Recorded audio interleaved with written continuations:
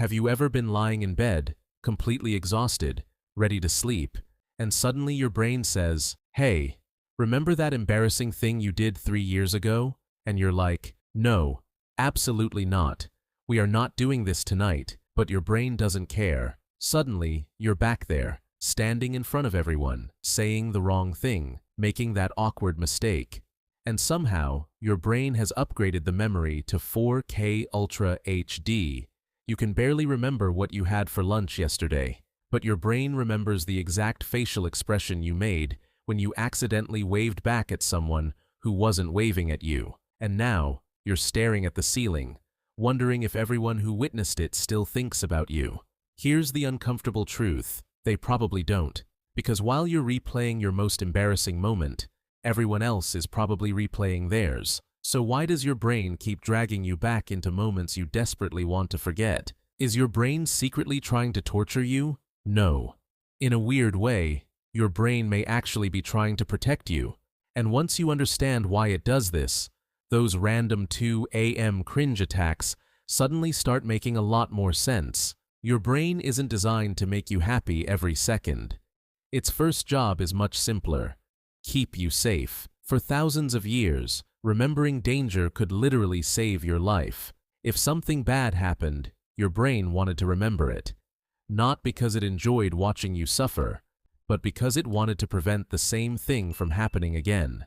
Think of your brain like an extremely overprotective security system. You make one awkward mistake, and your brain immediately goes, "Interesting, we should probably remember that." Then, it starts analyzing the event. What happened? Why did it happen? What could you have done differently? And most importantly, how do we make sure this never happens again?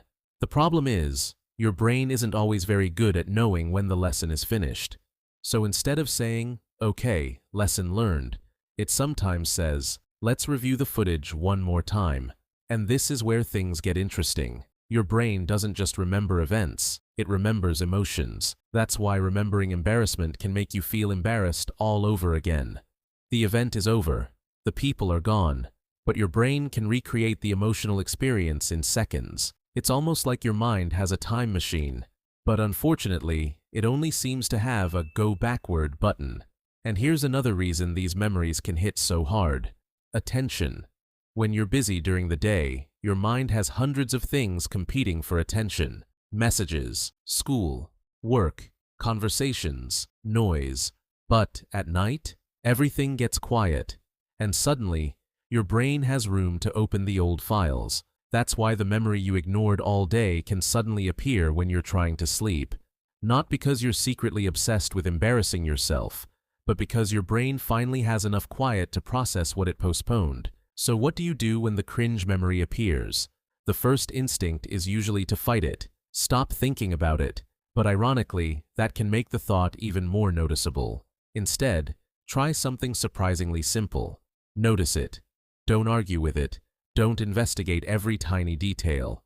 Just remind yourself, that happened. It's over. I'm here now.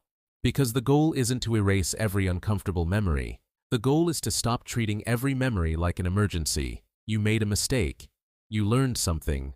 And then you kept living. So the next time your brain attacks you at 2 a.m. with something embarrassing from 5 years ago, remember this: your brain isn't trying to remind you that you're a failure. It's trying, in its very awkward way, to protect you. And maybe the most powerful thing you can do is simply look at that old memory and say, "Thanks, brain. I got the message." Then let it pass, because you're not living in that moment anymore.